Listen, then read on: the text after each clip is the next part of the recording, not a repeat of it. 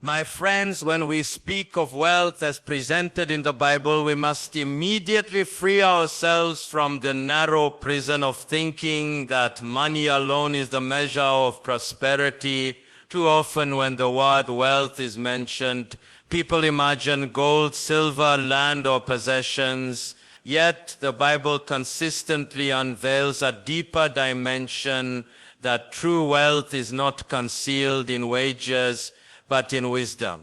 It is this wisdom that transforms wages into wealth, possessions into prosperity, and ordinary men into extraordinary stewards of divine abundance. Without wisdom, even a fortune becomes fleeting. With wisdom, even little resources expand into empires. Consider the story of Solomon. When offered the chance to ask for anything, he did not request treasures or territories, but discernment, and in that choice lies the hidden millionaire secret. Those who seek wisdom above wealth are entrusted with wealth beyond measure. Wisdom, you see, is not just knowledge accumulated in books. It is the divine capacity to interpret life, to perceive patterns where others see chaos, and to make decisions that unlock doors invisible to the undiscerning eye. Solomon's request teaches us that riches follow those who understand principles, not those who merely pursue possessions. Now let us examine this principle philosophically. In the modern world, wages represent a transaction exchange, time traded for currency, energy exchanged for income. Yet wages are inherently limited by human capacity.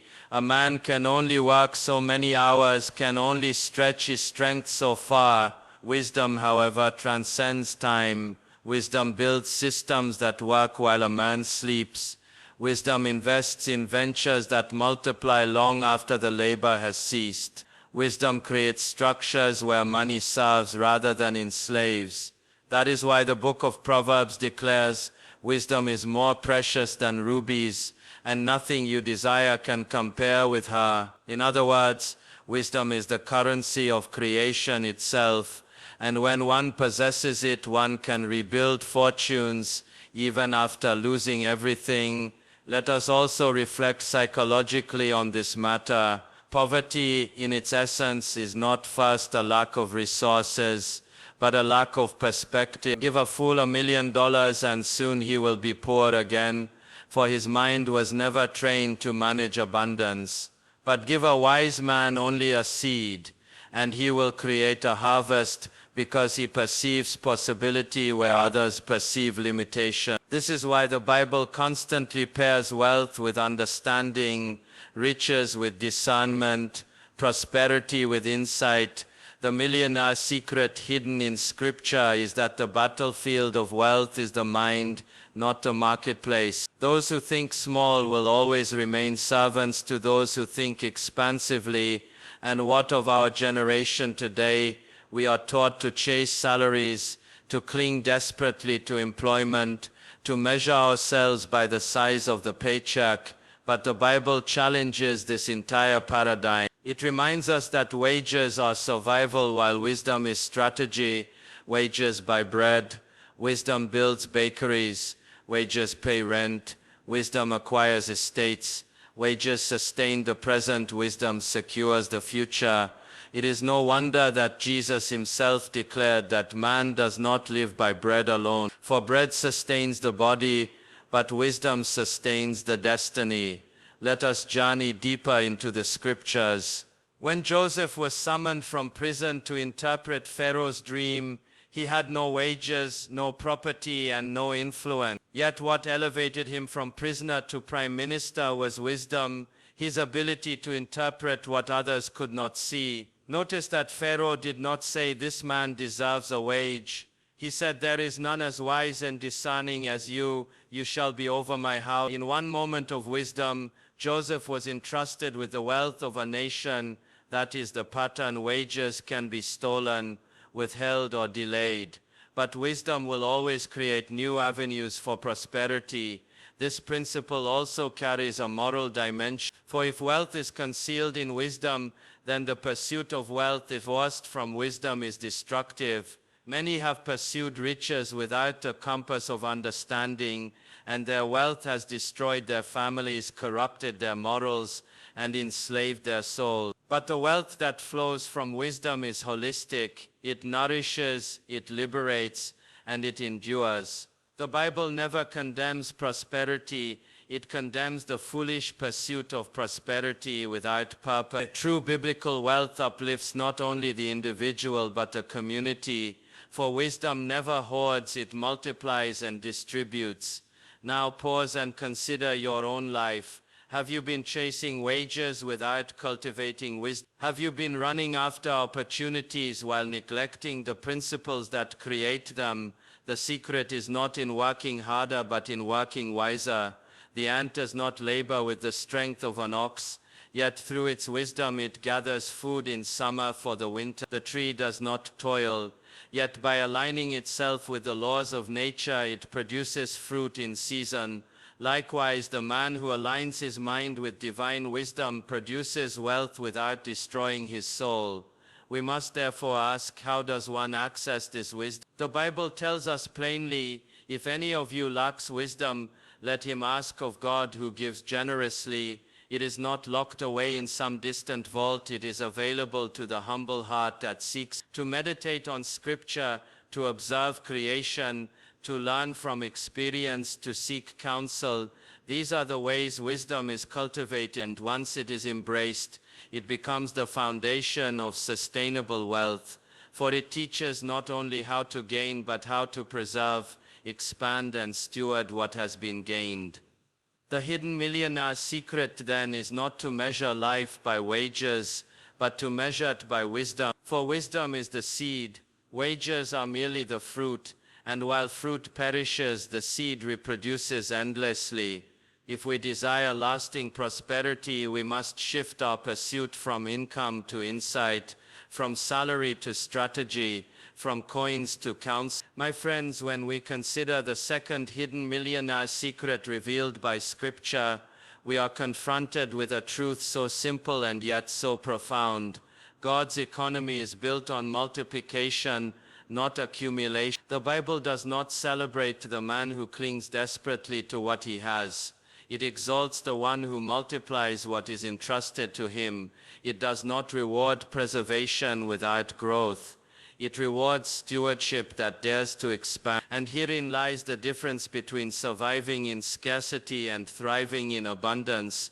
Let us revisit the parable of the talents, that great revelation of divine wealth. A master entrusts his servants with different amounts, 5, 2, and 1.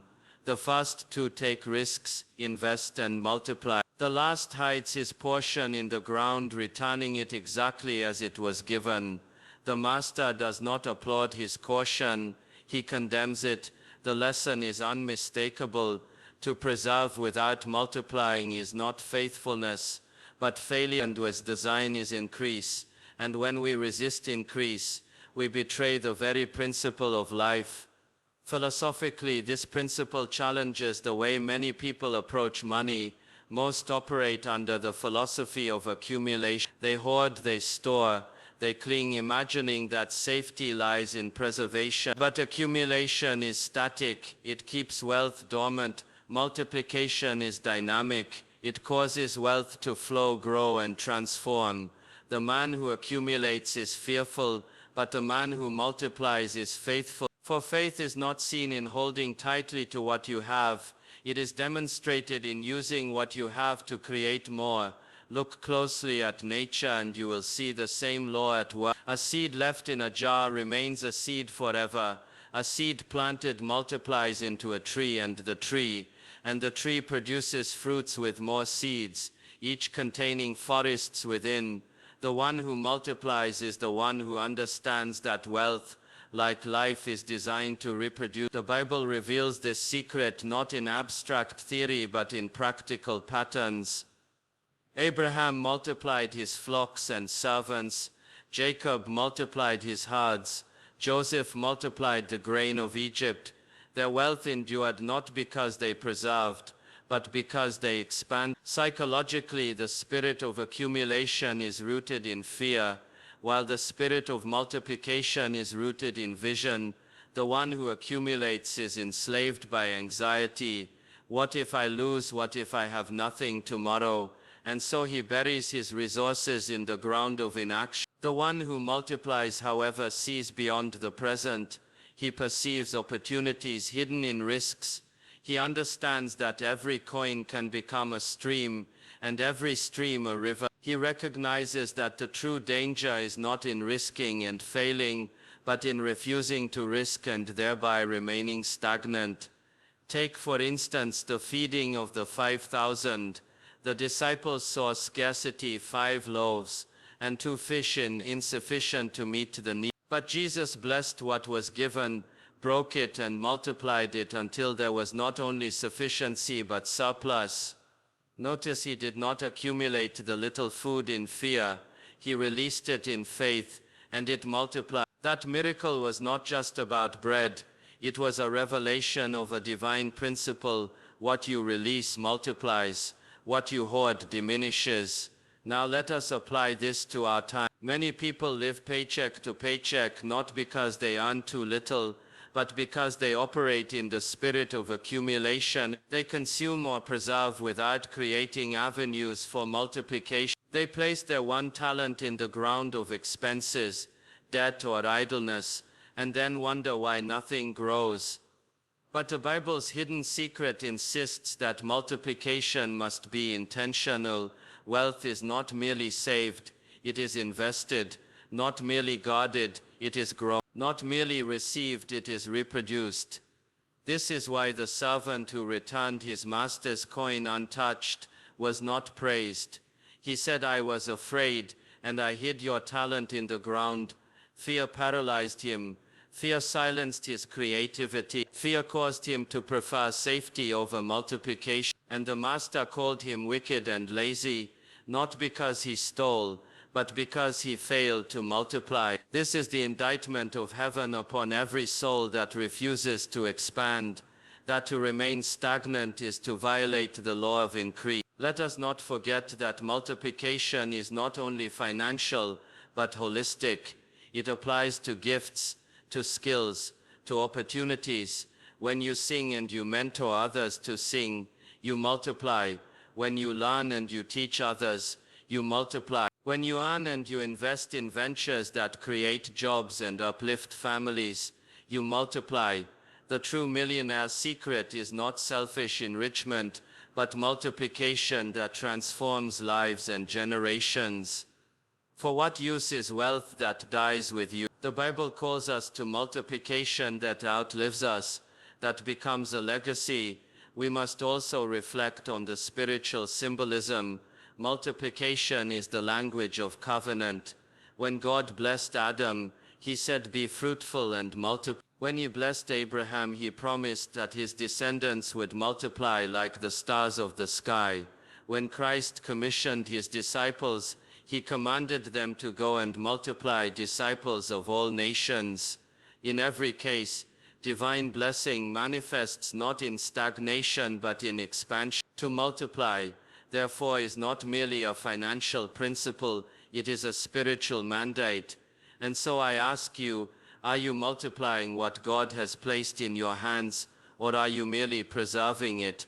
Are you expanding your talent, or are you hiding it under the soil of fear? The hidden millionaire secret demands action. It demands action. It demands creativity. It demands courage. It demands that we stop asking, what if I fail, and start declaring, what if I succeed beyond measure? The world belongs not to the preservers but to the multipliers. It is those who dare to take what is small and turn it into something greater, who shape history. The Bible does not call us to bury our potential. It calls us to unleash it, to multiply it, to make it fruitful. My friends, we now arrive at the third and perhaps most profound of the Bible's hidden millionaire secrets. For while wisdom teaches us the foundations of wealth, and multiplication shows us the law of increase, there is yet a deeper truth that undergirds them both. Covenant is greater than currency. The scriptures remind us that money in itself is neither the beginning nor the end of prosperity. It is a tool, a servant, a shadow, but covenant alignment with divine purpose is the true source of enduring wealth.